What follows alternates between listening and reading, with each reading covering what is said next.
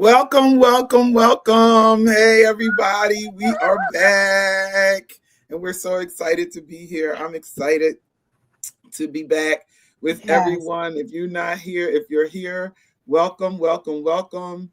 Come on into the show and share. Share now. We are live T.H.S.A. Records interviews with Katrice and Elaine. So we've been just doing a lot. We had a lot going on over the last couple months. And I just want to recap a little bit for everyone. We thank you for all of you who came out to our concert. Just us. With, me, Elaine, and Felicia. It was a wonderful night. Oh man, it was a great. Night to remember. It was really fun. It was a lot of fun. Thank you to Pastor Troy Chambers, right? Chambers, yes. Yeah, Troy. I want to say Chambers all the time. Pastor Troy Chambers and all of the wonderful musicians, the background singers, everybody. Mike Stokes Jr. I mean, background singers. Mike Bull. Were sick. They were sick. Mike Bull. Awesome. Oh my gosh. Wonderful. We had a great time. It was a nice crowd. Everybody came on out, and it was actually my first concert like that in a minute. I haven't done anything like that in a while. It was great to be on stage ministering with my sisters, Felicia and Elaine. I always enjoy singing with them. So we just had a great time in the Lord there. And of course, it was fun. It was a lot of fun. And of course, I cannot thank Christ Baptist and Reverend Bogan enough for allowing us to come there. When we were talking about it to them, when we were planning, we were looking for a place. And so Elaine reached out to Pastor Bogan, and we all had our assignments, like the church was supposed to reach out to and we had our list. We had a list. He was like, "Oh no, you're coming here. You're coming here. You are coming here." So we were so grateful for that, and they treated us with hospitality like queens. It was amazing. How about that room in the back where they had us? Girl, let me tell you something. I've been thinking about that couch. I know, right? It was like so comfortable back there. Yes, it was so comfortable back there. So yeah, everybody come on in. Hey, thanks, Pat, how are you? Thank you. How are you? Thank you. But yeah, it was so comfortable. We had a great time. And then Thanksgiving was the next week. So we all were with our families and cooking and all of those kind of things. We pray that all of you had a great Thanksgiving. I actually did I don't know, some churches had service that Wednesday before. So I was blessed to do a worship night at Love Kingdom Fellowship in Beckett, New Jersey. Wow. That's near Swedesboro. I was going to say, I've never heard of Beckett. Yes, near Swedesboro, not too, you know where Swedesboro's far. Before they built up down there, right? It was all Swedesboro. And then they built up Beckett. And then they were like out, they have like industrial parks, but now it's homes there and stores and shopping. They got Wawas and Acme's and everything. It's ShopRite. It's built up really nice down there now. Wow. But yeah, my dad was minister of music when we first came from Baltimore at First Baptist in Swedesboro. That was his first church where he took a job as a minister of music when we first came from Baltimore. I used to go there many times. Yeah, First Baptist Swedesboro. Yes, we sang there, right? Yeah. Isn't that where Reverend had Jones a good time. Reverend Jones was there. Reverend Jones. Yep. Yes, I know them very well. I love them so much. Wow. Yeah. And so now we are preparing for our holiday concert. T.H.S.A. Records has a holiday concert coming up, everybody. It was on the stream flyer that, the flyer that tells you about the stream, but I'm going to give you a little bit more information. Here we go. Let me fix this screen so we are not. There we go. We got to remind people that December 18th is a Thursday. Yeah, it's a Thursday night, and we're going to be at Cornerstone Community Church in Vineland, New Jersey.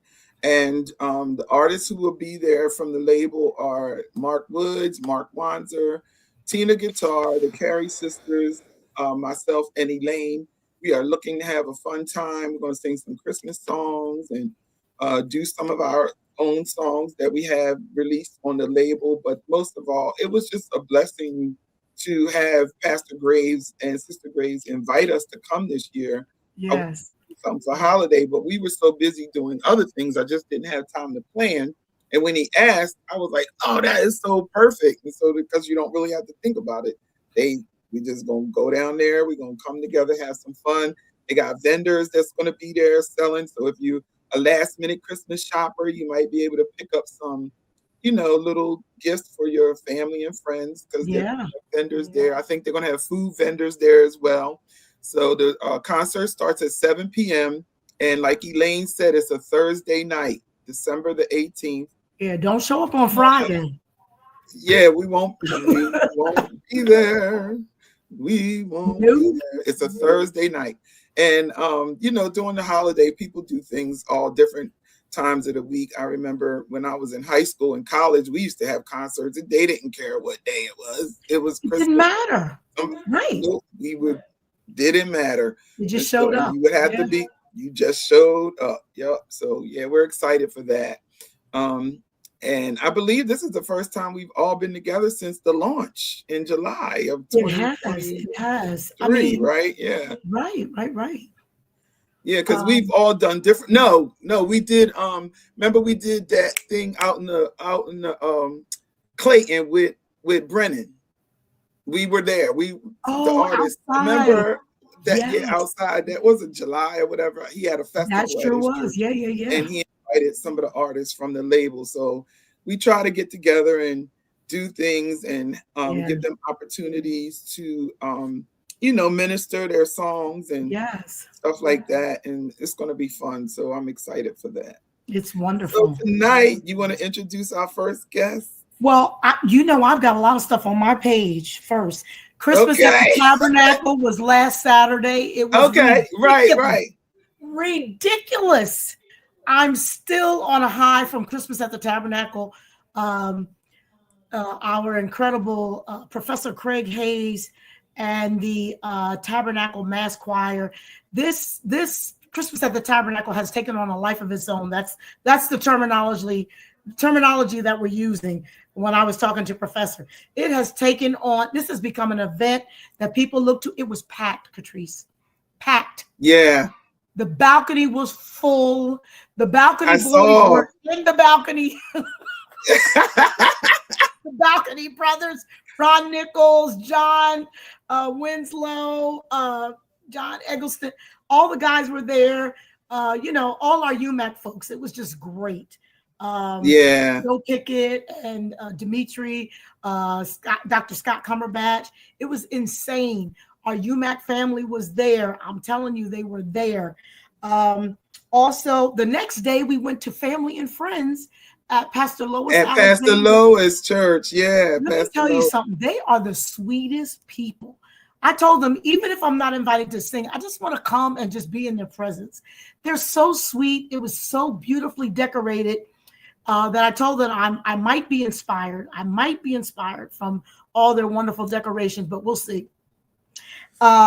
Also, same day, and I wasn't able to go, but my family supported me at Pastor Lois's, and then they went over to Shiloh Baptist Church. The wonderful Betty Young was she directed the Housewives of Bethlehem. And I know. And my nephew Tyler starred in this, and they said it was just stellar.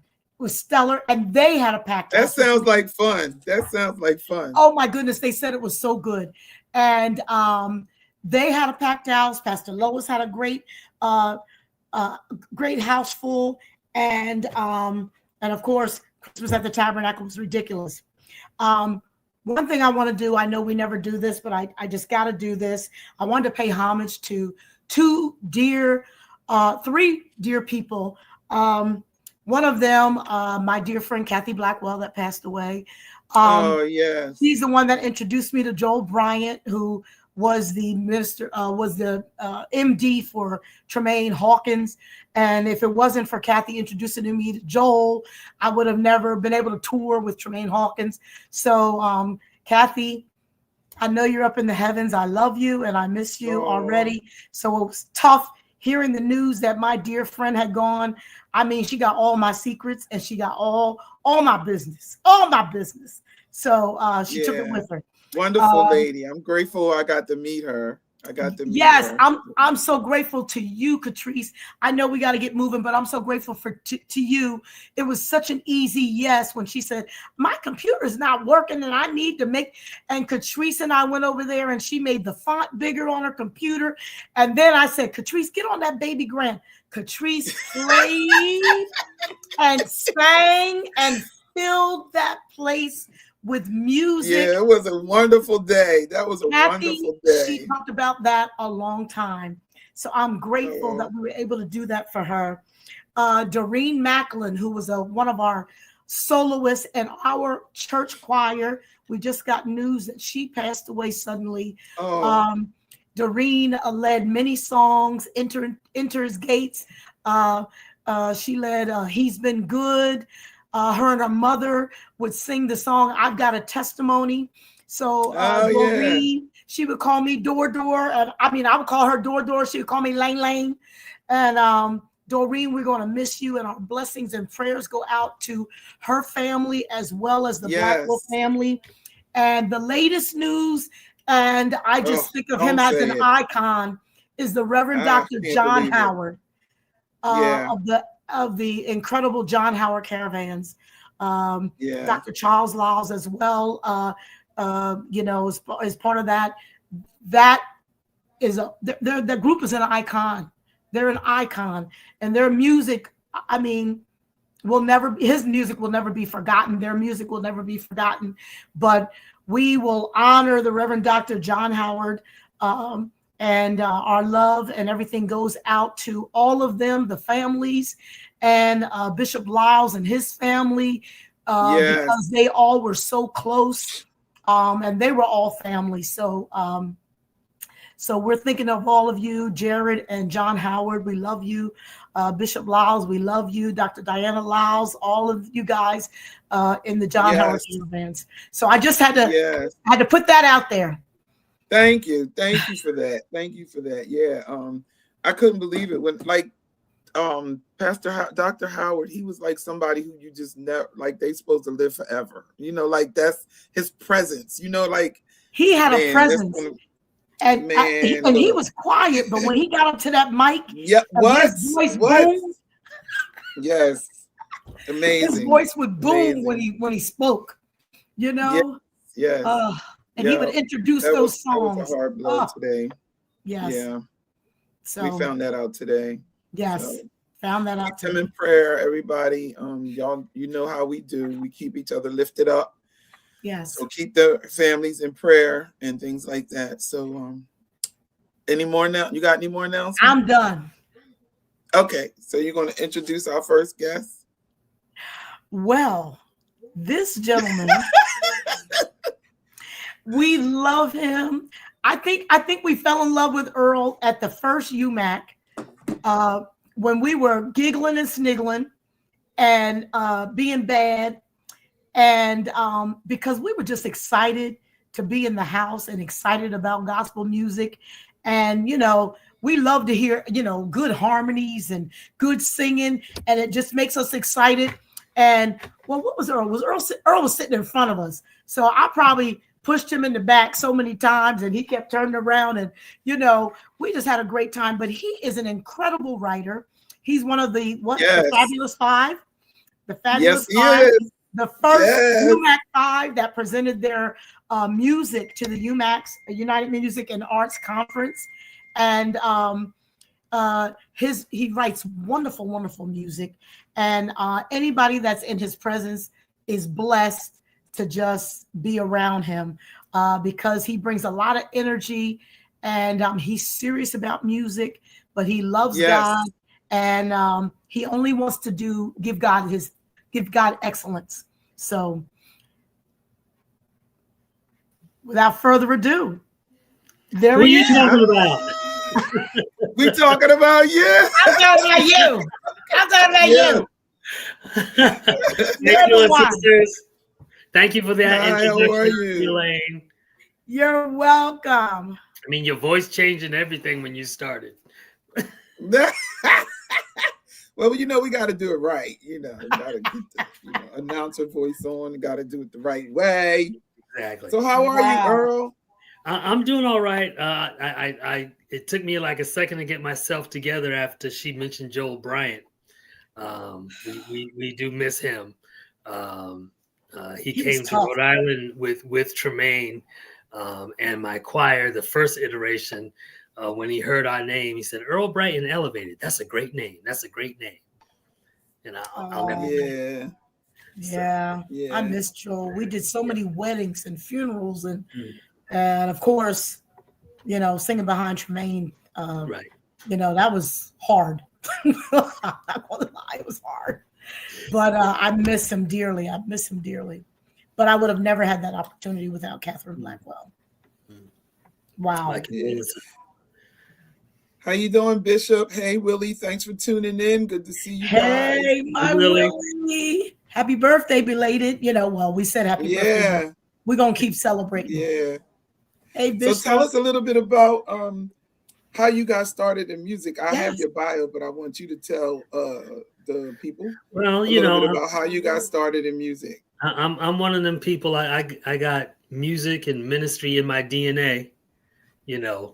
I come from a long line of ministers and musicians and preachers and pastors. So, it's in the blood. It's in the blood. Yeah. I've been around music my whole life. My father was my first choir director, taught me how to play the trombone, and then, took lessons through the school. And then I became one of the 4 band members at the church. It was my Uncle Wayne, my 2 cousins, Ronnie and Johnny, and me. We were the band. Organ, piano. So y'all had a whole band. Y'all had a horn section at the church? My dad played horn. Me and my dad played horn. Mm-hmm. And y'all had a whole horn section in the church? Did you play trombone? You know what I always hear? Keyboard musicians, they always say, "Oh, I played the drums first." I've never heard I was playing the trombone. I played. Yeah. Tambourine was my first instrument, and then trombone and piano. Okay. That's I'm stuck on the band, the church band with the horn section. We can't even get somebody to play the keys nowadays. Right? And they got a whole horn section. That's what's up. That's incredible. We were taking lessons in school. So I mean, that's how we did it. I just had a conversation. Graduated high school and went to college. Yeah. We were the band. Yeah. Wow. Yeah. So in your position now as minister of music, what's your band look like now? Well, actually, my title is organist, or that's what's on the contract. Okay. Oh, I read that. That was hilarious. But you do everything. That's how it is in church. Yeah. But the band now is myself. We have Dr. Michael Browner, who plays the pipe organ. He does the hymns and the responses. I'm on the Hammond for other selections, and we have one other keyboard player that plays regularly 8:00 service. Janelle J.R. Robinson. He's excellent, phenomenal. He can play anything. We're trying to get him to learn how to read music. He's working in that area, but what there's not sheet music for, he can play it. He can play everything. Okay. And, he's the one that backs up Pastor when Pastor preaches. So we switch when the sermon starts. I'll go to the piano. He'll get on the organ. So it works very, very well. We have about 4 drummers at the church that they figure it out. Whoever's going to serve on that particular, they figure it out. Who's gonna play what and when they gonna? Who gonna play what and when they gonna play it? They figure it out. They figure it out. Yeah, nice. And, that's about it for the band.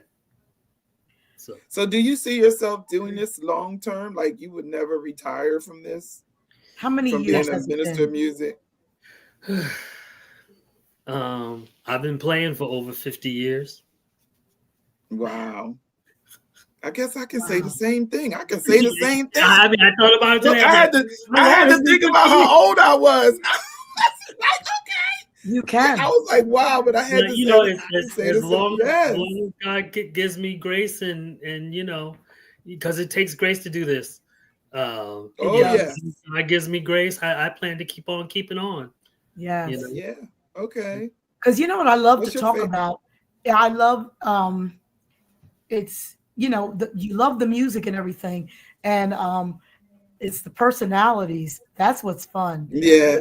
Yeah. Personalities in the choir, and how do you what's a productive rehearsal? I usually have an agenda in my head of what we can accomplish that night. So I guess a successful rehearsal is accomplishing most of that, or Right. getting done with what you need to get done for that particular evening. But if rehearsal goes a different way, someone makes a comment or we see the need for prayer or something like that. There's nothing wrong with that. There's nothing wrong with that, because the bottom line is it's supposed to be about ministry. Yeah, that's good. I am one. I'm a very regimented type of person with certain things. Other things I'm not, but certain things I am. And I remember when we were learning Alpha and Omega. One of our members brought that to me and said, I think this will work. So I remember teaching the parts, and the parts weren't right. Mm-hmm. And I remember the Holy Spirit saying, just let him worship. Just let him worship. Yeah. And it was a learning experience for me, because, you want excellence. So you want the altos to be singing the alto part and the tenors part. But, you have to recognize that excellence is one thing.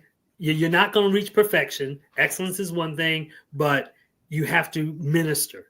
Yes. I've been around people who, they dotted every I, crossed every T, sounded wonderful, but the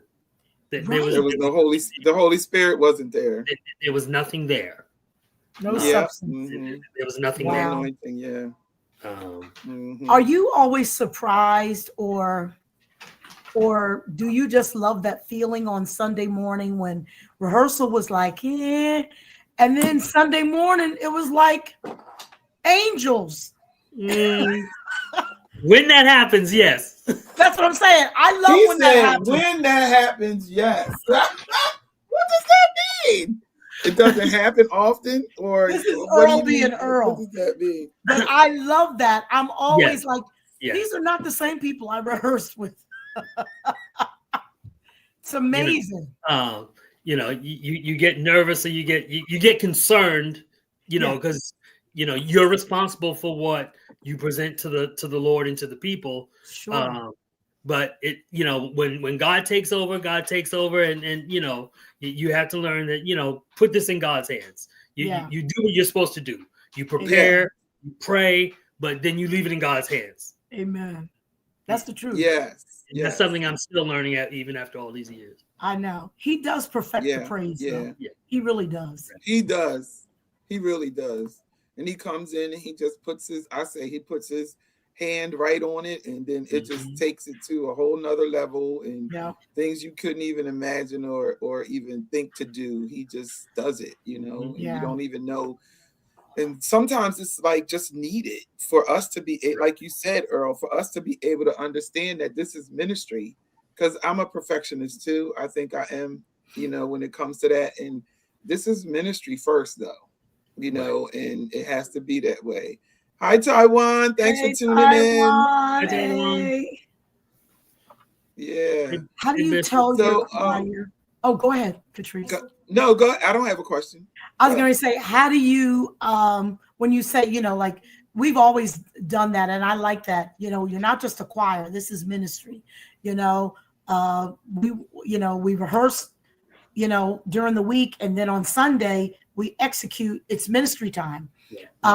So how do you get the choir to how do they translate that? Like sometimes it's a difficult translation for some people.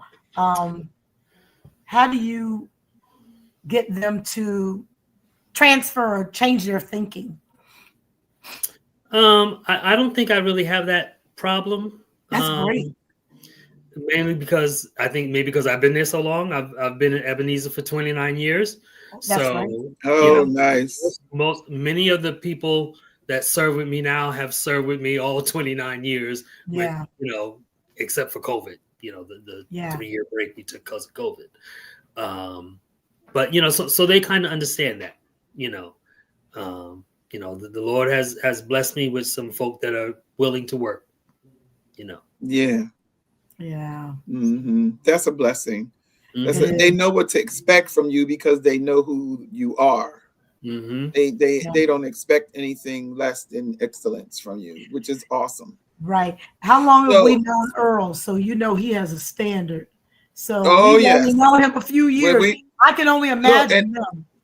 I'm only with him for a couple days when he be teaching the songs, and I'll be like, let me get this tenor note right, because you know he's not having it. I'm over there shaking in my boots in the alto section. See, you haven't worked with me long enough. My choir members would tell you my bark is worse than my bite. Oh. I got one choir member. I ain't paying attention to Earl. That's Earl. That's just Earl being Earl. I ain't paying attention to Earl. That's funny. Thanks for letting me know. I will check the Facebook feed. I don't know why it's not there. Did you go Did you go try the T.H.S.A. records page? Because I'm not sure why it's not there. It's not showing me that. I thought I found it on Facebook. I thought I called myself sharing it on Facebook. Okay. But they got on YouTube, which is great. Oh, okay. Thank you for being persistent, because we want you here to hear all of this good stuff. So the song we are playing tonight for you, Earl, is called "He Is God Alone." Tell us the history behind that and how you got to present it at the Edwin Hawkins seminar. The song was first done at a going away concert for our pastor at the time, William Lee Jr. And so we did like all original music, all brand new songs that night. Wow. And the way the Lord blessed on "He Is God Alone," you know, I can still see one of my choir members, Sylvia Blakely, may she rest in peace. I can still see her spinning around. That's how she praised the Lord. She just did her spin. I'm like, okay. I submitted the song for the 1993 seminar. I had attended 91 and 92. 91, I didn't submit any songs. 92, I submitted everything I had. And of course, they only had a 3-song limit. So I did write for 93, and the song was selected, and it has been a blessing. There's a little story behind how we got the lead singer that we got. I had met her, I think the year prior in Florida. I had been invited to do a workshop. And when Edwin selected the song, I called her right away and said, "The song's been selected. I'm going to send you the tape. I'd like for you to, be the lead." And when we got to the seminar, she wasn't able to attend the entire week. She had just started a new job. And she didn't have, enough vacation time to take a full week. Yeah. So she told me to come Wednesday to the end. So when Edwin met with all the writers to get the lead singer's information and all that stuff, and I told him my lead singer's not here, he said, I can't do that. We got plenty of good singers who've been here all week and paid all week money. So please find another lead singer. So I said a little prayer and got up my stuff, and I went to Lady Tremaine, because if Lady Tremaine sings your song, it's gonna be a hit, right? That's what right. But Tremaine had just signed with Columbia. with the album that she did the duet with Mahalia Jackson, that album. Mm-hmm. So she couldn't be featured on another album till that album came out. So she said no. So I went back and prayed again and went to Lucretia Campbell because if Lucretia Campbell sings your song, it's a hit, right? Right. Love her. Lucretia Campbell agreed to sing the song and took the song and listened to it, came back to me the next day and said, I think I want to approach it the same way I did Perfect Praise. Oh, Lord, how excellent. Right. I wasn't hearing it in my head. That was like Tuesday, maybe Wednesday. Tuesday, I think it was Tuesday. Wednesday, Angela arrived. And as it turned out, Lucretia Campbell was supposed to be the sermonic soloist for Wednesday night.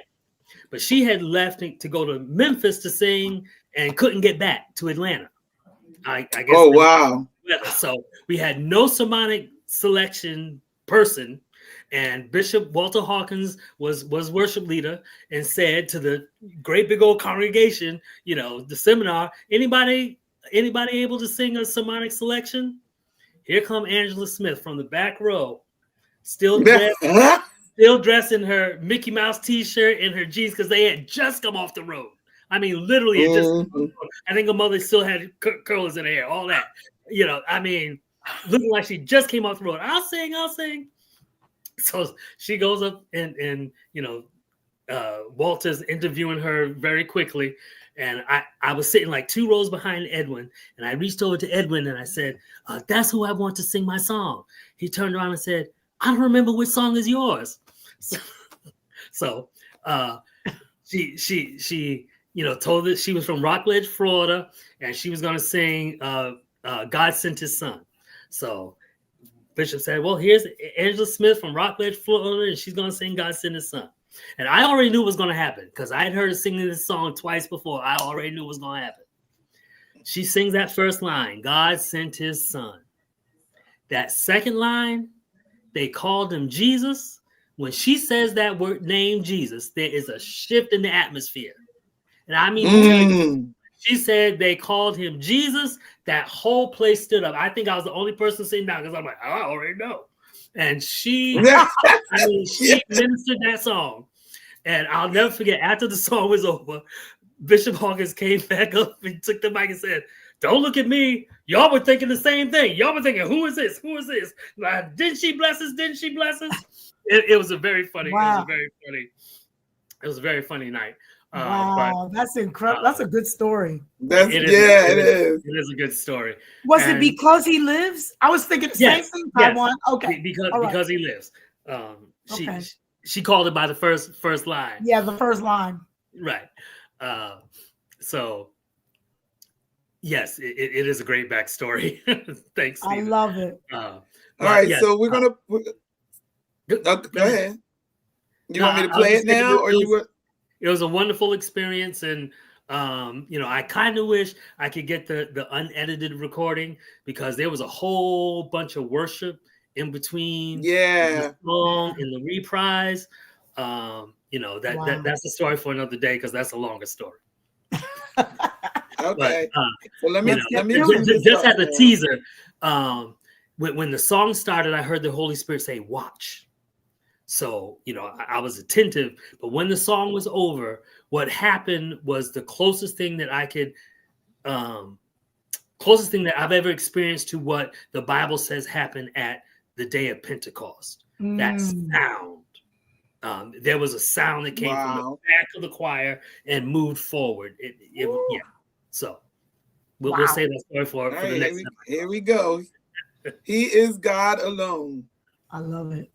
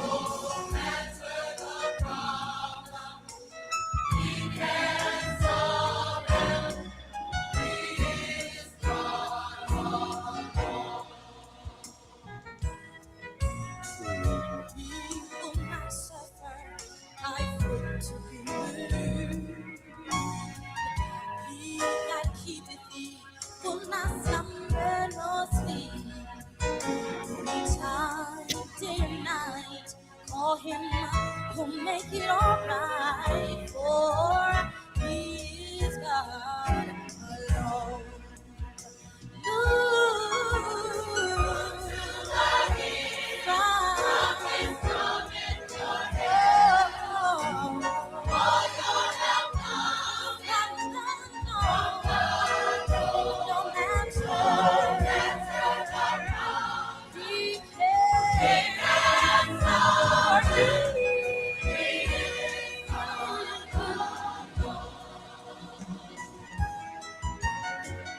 He will not suffer thy foot to be moved. No, he that keepeth thee will not slumber nor sleep. Any time in night for him to make it all right. Lord, he is God alone.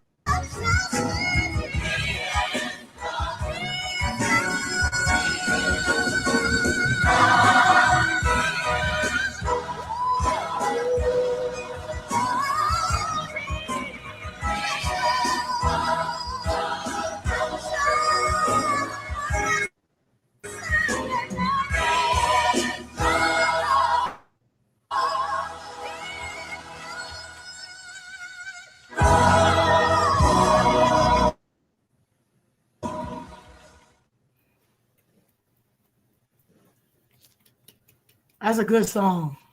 Thank you. Wow. God be praised. Very good song. I would be remiss. Very Angela good. Smith, the lead singer, she recently lost her mother, so we want to keep her in our prayers during this holiday season in particular. Oh, yes, absolutely. Yeah, she sang that song. So yes, as we wrap up, yes, what? Yes, she did. I'm glad you insisted when you were at the seminar that she be the one to sing your song. You know what I mean? You know how when God gives you something, other people can't see it, or they just have their own program or whatever. Right. I'm glad there was more to the story there's more to the story that I forgot to tell, but God worked it out. God made it so that's that right. That's right. Could not participate on the album project. Yeah. Wow. Yeah. God worked it out. Thank you for being here with us, Earl. Thank y'all for having me. I'm so excited that you were. Yes. As we wrap up, we like to ask you to just drop a little nugget to a future musician, somebody who might see the replay, some words of encouragement. What do you tell your choir members at the end of rehearsal, or when things? I say thank you for working so hard.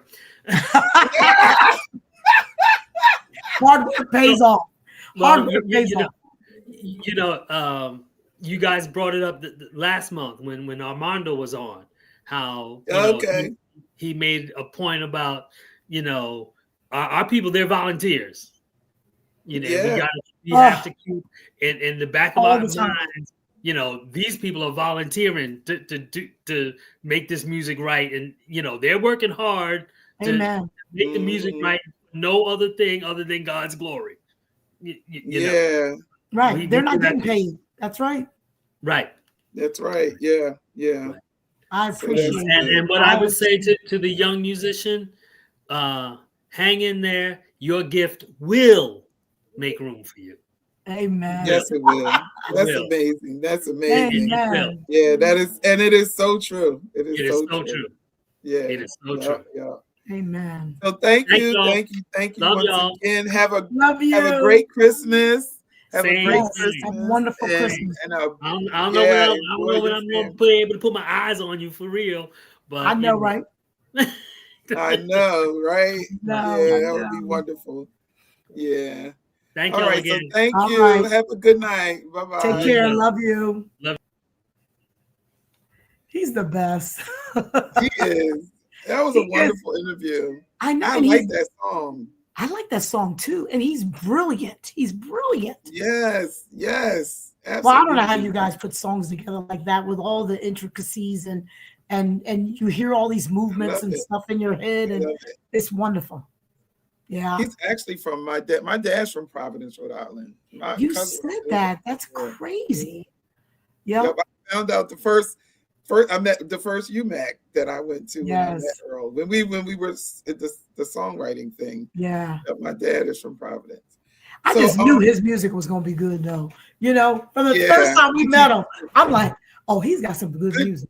Good choir songs. He has really good choir songs. I know. We thirst for those. Oh. Yep.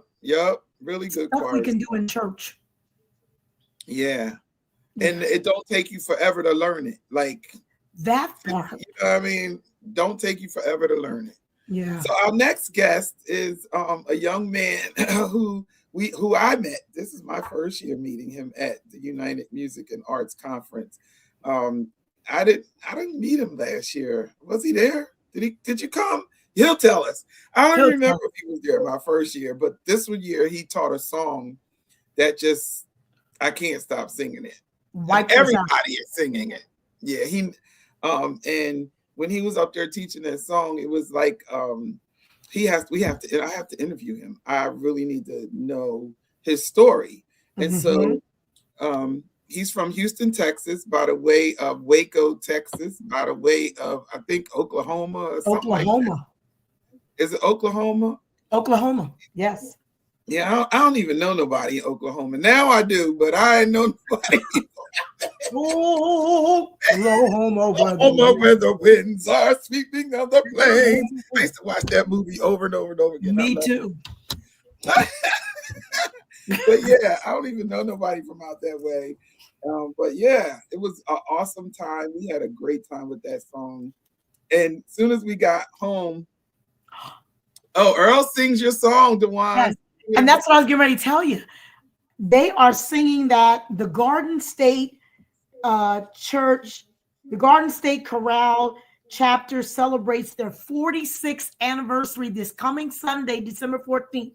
I want to go so bad. It's at 4 p.m. in Hackensack, New Jersey.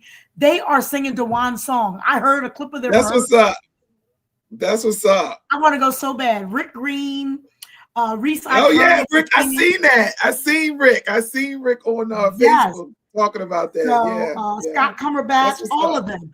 I can't wait. So I'm going to try to figure out how to get up there.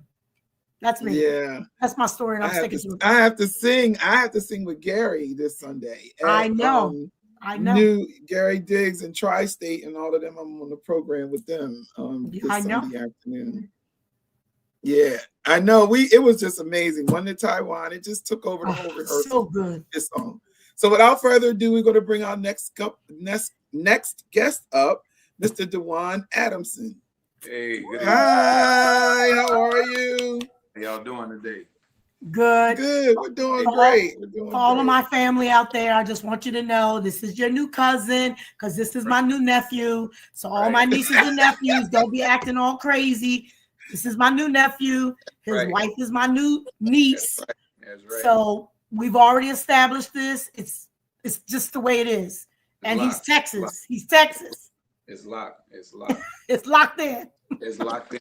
It's locked in. Oh man, thank y'all so much for inviting me to be a part. This is really tremendous. Thank y'all. Hello, everybody out there. I can't see none of the people. Taiwan said, "Sup, broski? What's up, broski?" Taiwan. We had fun talking to Taiwan too. He is hilarious. OMG. Who would have knew? Who would have knew? He's so low key, quiet, but he had us cracking up on that interview. He is funny. Yeah. Yeah. But so tell us a little bit about yourself. I read your bio. It's awesome. $15 at 15. Ain't that something? $1 for every year. $1 for every year was born and cracking up. And that was, you couldn't have told me I wasn't making big bucks. He was rich. He was rich. Oh yeah. And now check this out. That was my first church. I took a pay cut to go to a church with more youth. Guess what I was making? $35 a month. A month? So, a month. So I took Wait, 35 pay cut to go be with some youth. Four goes into 35 how many times? Well, actually, I played there only 3 Sundays a month because I had to be my youth on 4th Sunday. Yeah. Oh my goodness. I mean, who was taking you from church to church? You didn't have a license at that age. Well, no, I didn't, but I could drive at that age, but I couldn't drive uptown. But we know about you young boys that be, driving in the 15 country. years old, driving with no license. I know how to drive. I just don't have the credentials. In the country, we start a single-digit age driving. Yeah.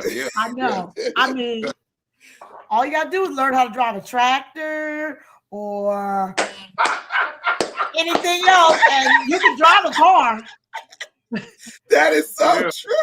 I mean, my cousins are from the South, so they all know how to drive. Before they got their license, they were driving everything. Right. Yeah. I hate Look, I've heard stories of somebody pushing down the accelerator and somebody doing the steering wheel. They wasn't remember that. That's how young they are. Yeah. Funny. That crazy Taiwan said the devil was stealing your check. D, take it all back. They were taking advantage of a young man at 15. See what I mean? I told you he crazy. I told you Taiwan is crazy. He had us cracking up. He is funny. But $15 at 15. That's 15. Yeah, making my at my first little church that I got to play for. But it was a great experience. I think I started playing what I considered late. I really didn't start really tinkering around with the keyboard and piano till I was 12, and of course got my first church outside of my home church at 15. And then just after I graduated high school in '93, I moved to Waco, and that's really when the biggest part of my musical journey, I guess you could say, really began. And Waco's a small city.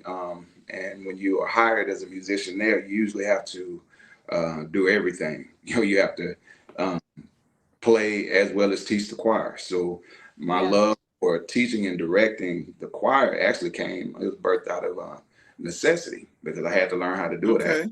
As I ended up wanting to play, I had to teach to the choir. And I met my wife not long after I got there. She was a choir director. She was doing the same thing, playing the piano. And so, and we kind of got together, and we would do it, kind of bounce everything off of each other. But you have to learn how to do those things in smaller cities, where you don't have a choir director and don't have a full band. You have to kind of do everything yourself. So I didn't think that I would want to be a choir director or teach parts, because you have to kind of deal with, like we said earlier, people and all the different personalities. But God knew what he was doing. And the more I did it, the more I began to fall in love with it. He really gave me a decent ear to be able to hear parts, and everything. And over the years, he's just developed me to be able to teach, direct, and do what I need to do. So wow, the results are always that's the reward. The results is the reward. Yeah. Yeah. Well, yeah, it's been a great journey. A lot of learning experiences, and as we know, learning experiences don't always feel good, but when God has a plan, you just kind of follow His plan, and go. That's good.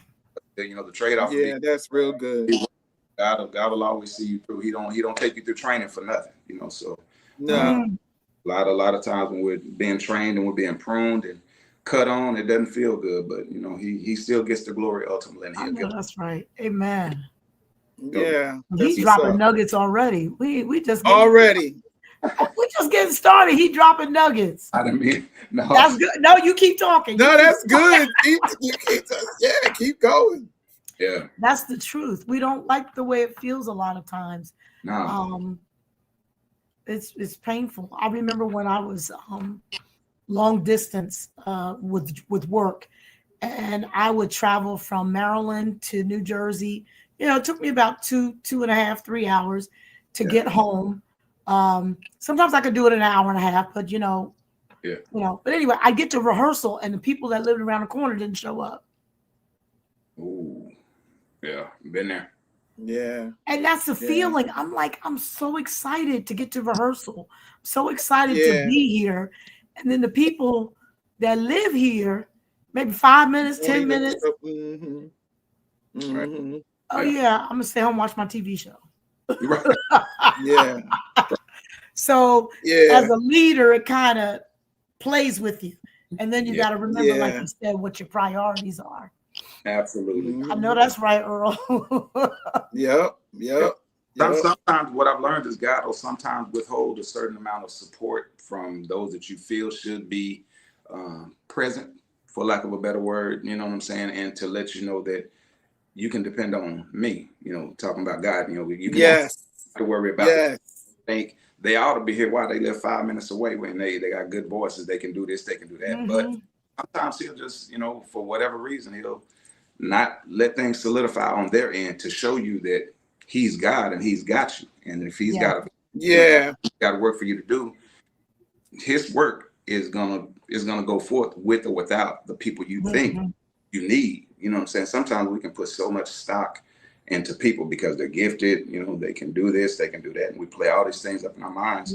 But ultimately, God that gives every bit of increase. We can give credit to man, but ultimately all the glory goes to God for what we do. That is so good. He does give the increase. Amen. I'm not shy about giving a man credit. Thank you, Doc. Thank you, sis. Whatever you did, but the glory goes to one place. I know that's right. Yeah. I agree 100%. 100%. I'm in a situation now where I am actually living that. Like, it's just me. Yeah. Me and my husband. I'm on the keys, singing, leading worship, and he's on the drums, and it's just us. Yeah. And I'm used to having a whole praise team or this and that or whatever, but I'm in a situation like that right now. It's a small church there. He's trying to develop the worship ministry, and it took me at least 6 months to realize that I am there to teach them worship, not to build a choir. I'm there to teach them worship because that's why he called me. That's why the pastor asked me to come, because that's what I do.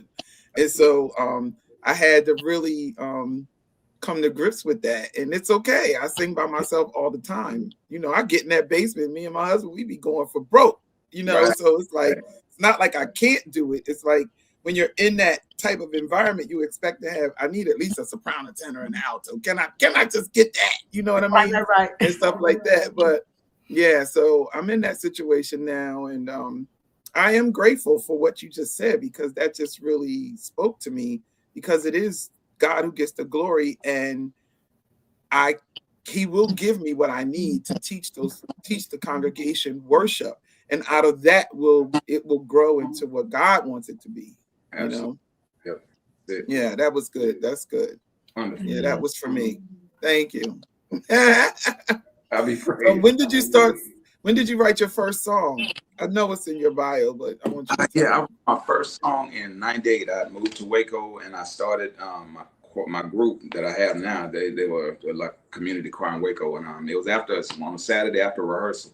I had never even tried to write a song. I came from rehearsal. We had, I think, had a pretty good rehearsal, and I'm driving down the road, and all of a sudden these lyrics just started coming. I'm like, what is this? What is happening? What is happening? Like, before I knew it, it's like the whole chorus and everything came, and I'm like, man, am I thinking of somebody else's song or something like that? That's always my question.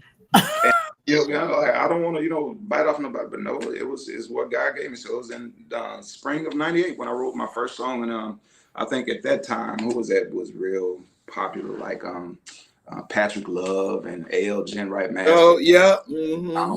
Is like that kind of '90s vibe. So the first song that I ever wrote it's what the young people call, I guess, a bop. And so I wrote it in the 1990s, and we sang it around a few times locally in the Waco and Central Texas area. But I'll be honest, for a long time I was kind of ashamed to like do my music out, especially once I moved to Houston, because I'm like, all my stuff is so simple. Ain't nobody gonna like, you can talk yourself, self-sabotage, you can talk yourself out of a whole lot of stuff. And I think a couple of years, about 3 years ago, I was like, I'm nearing 50. You know what? I don't care no more. I don't care what. If God gave it to me, you know what? I'm gonna go and record it, and I'm gonna release it. And I did it as a recording a couple of years ago, and released it as a single. And God has been really blessing through that song. A lot of people like it. It's real. It's 90s. But hey, it's what God gave me. And so I hate to admit stuff like that when you say that you're ashamed of something that God gave you, but that's the feeling, because I'm like, it's not good enough. I'm listening to music and basically comparing myself to other people, and you just shouldn't do that. And so once you get of a certain age, you're like, I don't care what nobody thinks, man. God, you gave it to me. Thank you, first of all, for giving it to me. I'm gonna do it, and I'm gonna release it. You'll never know who's gonna be blessed by you simply just giving, just sharing what God gave you, being obedient. Yeah. Comparing yourself to other people will make you talk yourself out of your calling.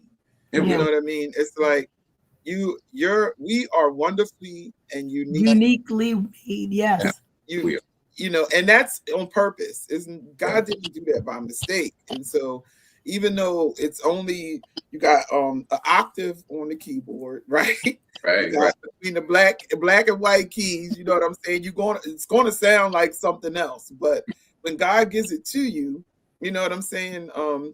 You can't deny it. And once you realize that He is using you, I don't care what nobody says, there's nothing like that feeling. Yeah. There is nothing like that feeling when somebody when somebody can grab a hold of the heart that you had, that God saw in you to give to trust you, is what I say, with His melodies and His lyrics. He trusted me with this. So I'm gonna put this out here, I'm gonna make it a song, and then I'm gonna share it with somebody else. And then they like it too. There's nothing like that if you're a songwriter. Yeah. There's nothing like that. Yeah, absolutely. Yeah. Yeah. Yes. You are so right. That is so true, Earl. Yeah. But you know what? Simple is when I had a producer once, or I don't even know if it was a producer, it might have been my dad. Less is more. You know, sometimes less is more. There's a place for everything in music, else we wouldn't have it. So to be creative, and you got the anthems, and you got the hymns, and you got all kinds of orchestrated music that can be like a symphony, right? But then there's also a place for songs that are just A, B, and C. Or how about A and B? I don't need a C. It's just an A and a B, and then we just go worship and let the Holy Spirit do what we do when we get the B, and then He creates a C. Because I have done that in session, in a service, and then like started out with a song. It was only an A and B, and then the Holy Spirit wrote C while we were singing it. While you were singing, I had to go back and add C to the other part of A and B. You know what I mean? Like, so when you leave room for him, he will do what he has to do. Yes. Sometimes you just gotta leave room for him. Yep. But when you that think is it's so good, simple, Earl. sometimes simple is intricate. Yeah. Sometimes simple is intricate because in your head, it's really, really simple. Case in point, when we were learning his song, we had to get the movements right. Yeah. To the maestro, it was simple. Yeah. To his wife and the other members, it was simple. But to us who were learning it, who fell in love with it, but we were like, okay, now we're gonna sing it. Okay, we're not listening and I'm to reading it on the radio. sheet music, Elaine. I'm reading the sheet music, and I'm like, they're not singing that note. That note is not what's written here. That note that's written here, we're not singing that in the tenor section. And then as soon as I said that, I looked up on the stage, and DeJuan was like, wait, let's stop. He stopped teaching at that moment, and that little part where the harmony he knew. is not what you think it should be. It's what he wrote, and I love that about.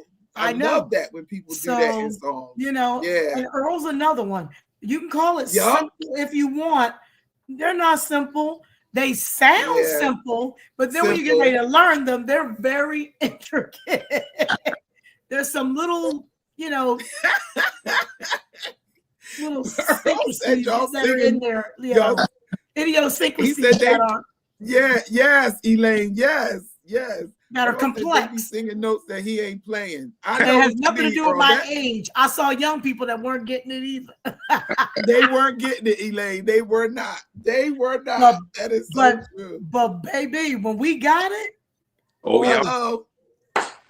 that room was done. That room was done. Yeah. And that was just rehearsal. That was just rehearsal. A wonderful moment in my life to hear song sang back to me like that from a conference choir, people I didn't even know, man, to hear that repeated back, that's an amazing feeling. It is that kind of for that feeling. I don't have words. UMAC blessed my whole life this year. And you know what's amazing? I forget till it's time for me to sing. I forget. I'm like, oh my goodness, this room is full of singers, full of writers, full of musicians. Right. I think I'm gonna be sick. Right. Yes. And right. And that reality didn't come to me until DeJuan, who's brilliant, right? He says, but Elaine, this room is just full of. I'm like, and then I think DeJuan, we talked about it as well, and you're like. But these people, I'm like, yeah, man, but your song is your song. And you're right to have, let's put it this way, to have, which is a blessing, to have that caliber of singers and musicians in the room falling in love with something that God gave you. Oh my goodness. And then taking it to heart. And the room just takes off. Wow. Yep. It was just amazing. It was truly an experience. It was really it is. It really is. It really is. It really was. It really was. Yes. Yeah. And then you just kind of like, you feel it's so reassuring and not to just, keep on that part, but it's just reassuring. It just builds your confidence to let you know that you are in the right lane. You are doing the right things. That confirmation that sometimes we don't get back at home, because people some familiarity breeds contempt or whatever. Not that they don't like us, but they become familiar, and so you don't get that. And then like this, I was so glad I was first last year. That was my first year ever singing at UMAC, right? And so I was like, when he told me I was up first, I was like, and the Lord does answer prayer. Because I'm trying to tell you, I did not want to go behind. I didn't know who was on the program because he doesn't tell you, and I didn't want to go behind nobody else. Just let me do me and little old me with my little old hymn medley. Just let me do me and get off the stage. It was so nervous. So oh my God. But I know what he you're right. you're in that, that's it, Earl. You know you're in your rightful place. That is the perfect, that is it. And the and everybody else, and then you go back with this confidence, and it's different, because I have come back from conferences and offered songs. I offered, song, oh, this would be great for the choir, and they don't, okay, all right, whatever. Nobody gets back to you. Right. Before the conferences and before being in those rooms with people who are like-minded like me, that probably would have hurt my feelings. Yeah. You know what I mean? But it just gives you more confidence in what you are created to do. So you be like, okay, I guess when they're ready, they'll ask me if I got any music that they, or whatever. You just keep on moving to the next thing. Right. But when you're not in that space and you don't have that support system like we do at UMAC and other places where we go, like I do a women's conference for Elaine's church. When I tell you, they think I'm the best keyboard player in the whole wide world. We have the best time. We have the best time. And I'll be like, oh my God, this is like when you do those things and people show you that they love you and they appreciate you, it does help you to stand strong on what God has placed in you. It does. It really does. It really does.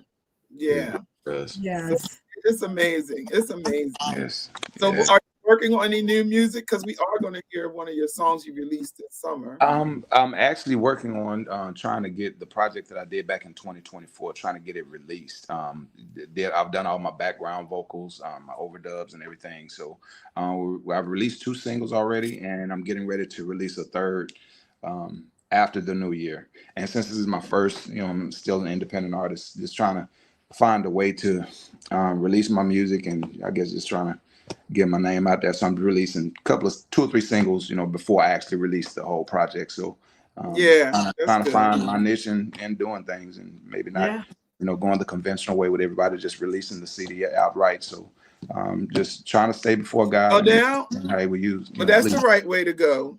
That's the right way to go. Singles are it now. That's what we've been doing with the label. We've been releasing singles. We did a couple projects and stuff like that, but for the most part, singles are the way to go. And you just release the singles and just keep pushing them. Don't stop pushing them when you release one. Just keep releasing them. You know what I mean? And keep promoting it.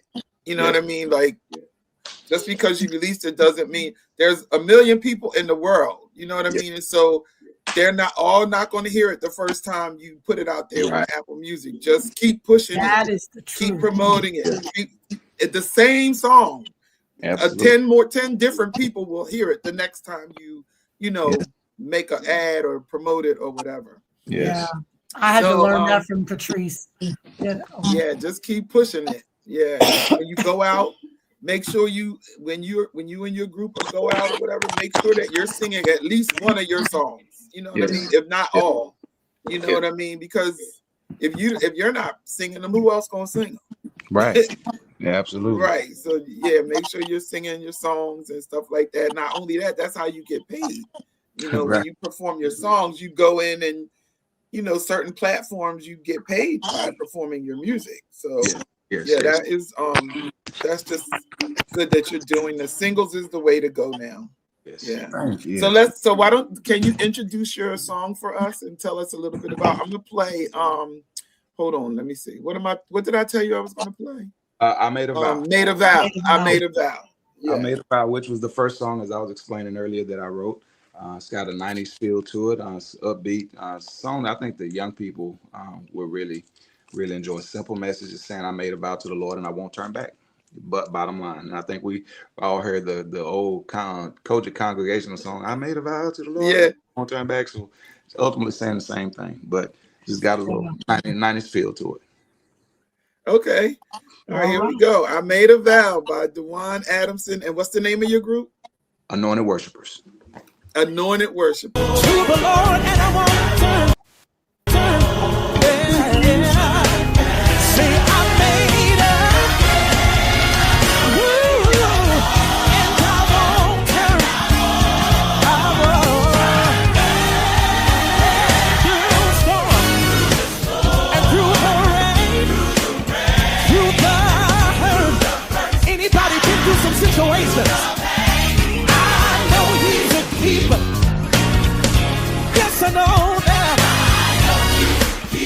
'cause he kept my life. Said I know he's, woo, yes he is, he's a keeper. Yes he is, he is, yes he is. All around me.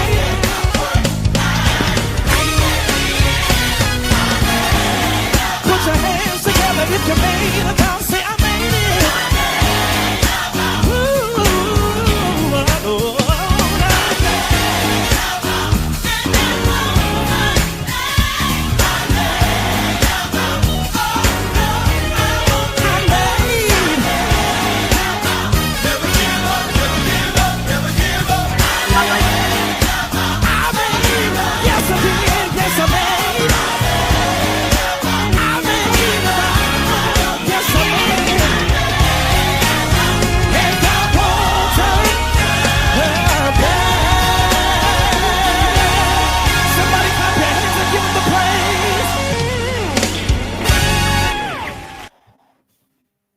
You write that down.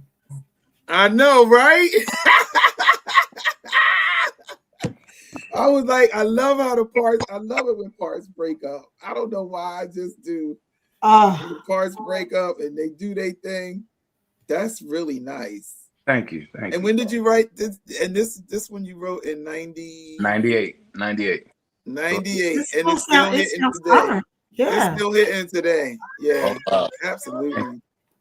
Wow. Never give up, never give up. I love it. I love it. Yeah. You know I'm taking it to combine. You know it. I know, right? I know, right?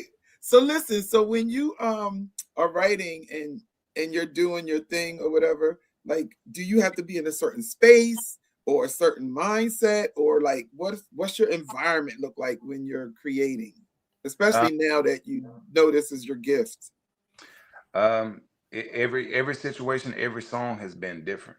The one I wrote for UMAC, I wrote it in like maybe 5 minutes, and I wrote it in 2022. I just started a position at a church here, and I was only there for a brief period of time. And the minister of music asked me, he's like, DeJuan, do you know any new invitation style songs? And I was like, you know what? I hadn't heard anything recently. I was like, you know what? Give me a few minutes. I'm gonna go in. And I was gonna try to just go in and maybe look on YouTube or something like that. And I sat down at the piano and started playing. And This Is the Day was the first line. And I wrote that whole song in like maybe 5-6 minutes from beginning to end. And so it came. Sometimes God will drop it. And there were other songs that I started writing the music maybe back in 2014, 15. Part of the lyrics didn't come till maybe 2016. The rest of it. So it's just like every song with me has been different, you know, for the way that I write. I don't have a certain space or a certain mindset that I'm in, or a certain way that I have to work. If God gives it to me, usually it comes, I guess maybe it's because I'm a musician, the melody a lot of times will come first.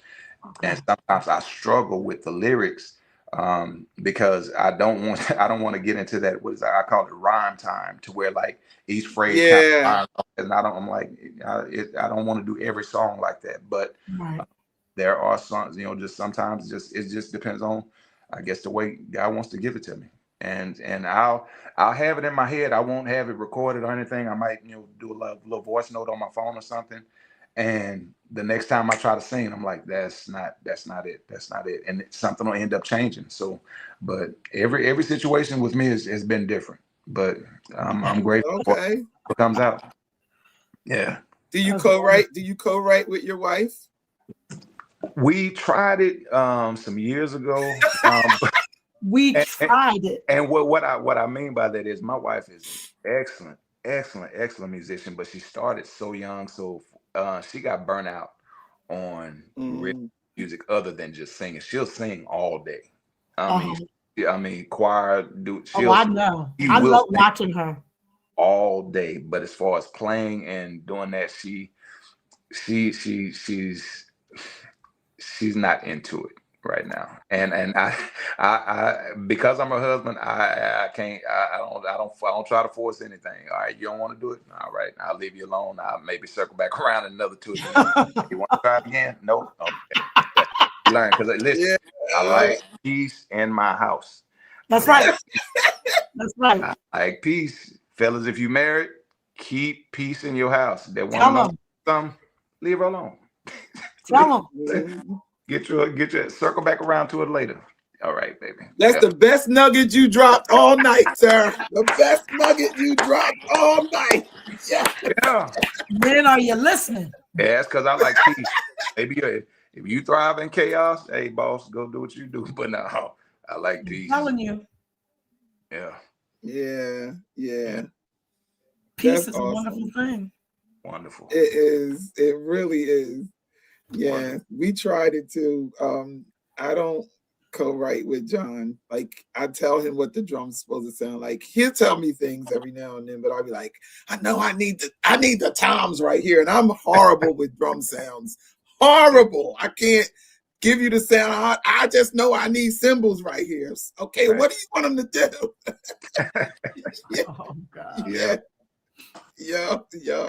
It's funny, but it's fun though. It's fun. It is. Somebody who you can share your music with and stuff like that, and all of that kind of stuff. Absolutely. We like to listen on the way to church. I'll be like, I'll play on the way to church. I'll be like, oh, so this is what I'm working on. He'll be like, what? Oh, hold on. Hello, Elaine, where you at? Yeah. Right here. Okay. All right, there you go. Yeah. There you go. Everybody's back. Nope, you're here. Okay. I was trying to put up a post. She said she was trying to get in. I can't find the live. Oh yeah, sorry. Yeah, sorry. Who is that? DJ is on. I don't know her. She has a Irving Grand 7. Hey DJ. Yeah, DJ. Hey DJ. Yeah. I saw her Saturday night. So you already started dropping nuggets. So as we end up your interview, thank you for being on and for saying yes. I was so excited to talk to you. Thank you. I love, learning about other people's creativity and just sharing, notes and comparing, and like Earl was saying, that support system that you need, and you as well were saying that. And so we're here to help, artists and songwriters, who get their music out and get the word out. We try to interview people who people wouldn't pick. You know what I mean? Like, absolutely, because there's so much good music out there, and so God He has so many people that He has really anointed and blessed. And sometimes that people just pick the same people, but we interview interviewers. We do radio hosts because they don't get interviewed. They're always doing the interviews. So we try to bring them on. Yeah, and because everybody has a story, and you never know who's going to watch it or see it. Somebody might want to be a songwriter. Somebody might want to be an organist or pianist. And starting out at $15 and $15 is okay. You know what I mean? Like, it's okay. That's right. I remember my first job was with a senior choir.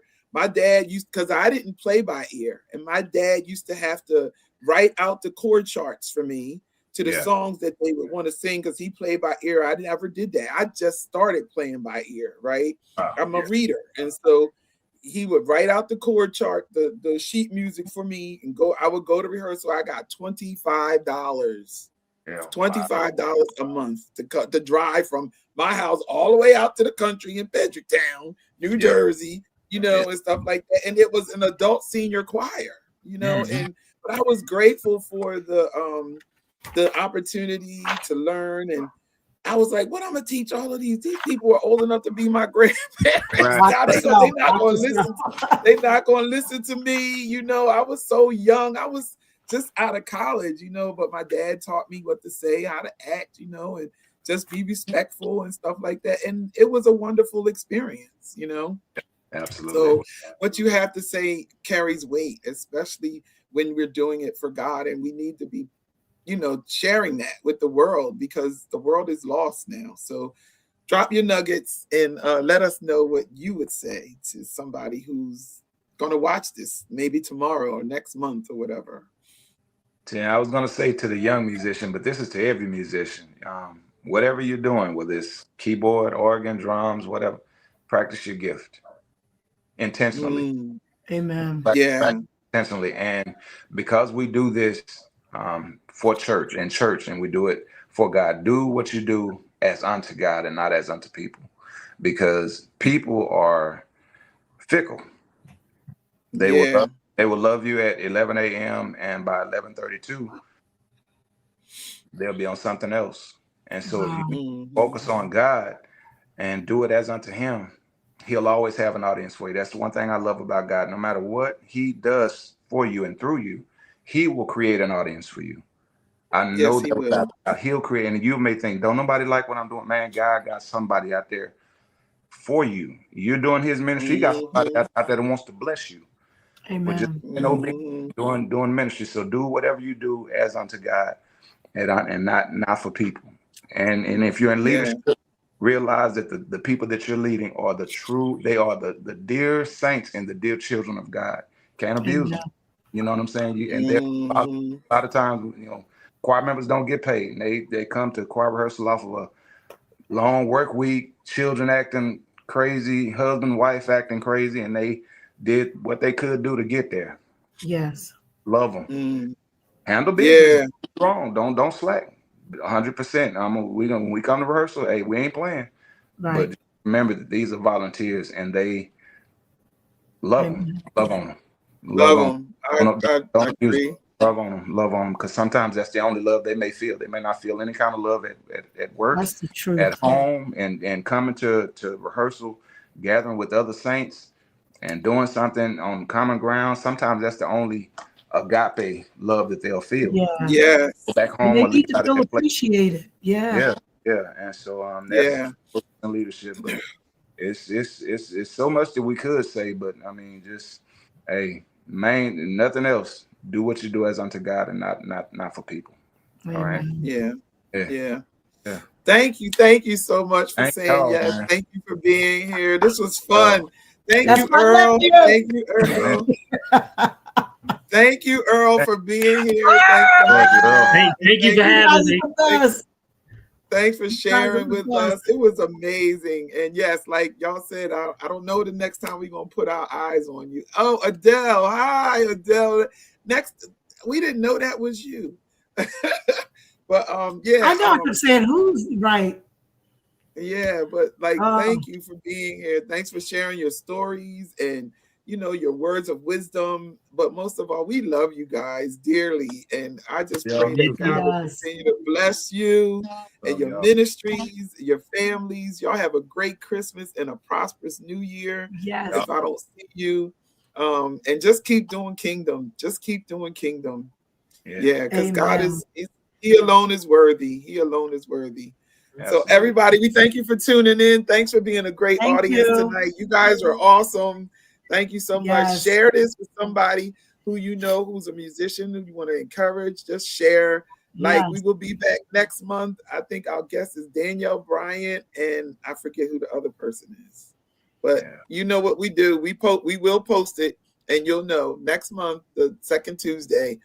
Thank you so much. Y'all be safe out there. Right. Pray for one another. Love ya. Keep each other lifted up. Thanks again. Good night. Amen. All right. Good night. Right. Keep showing up. Good night.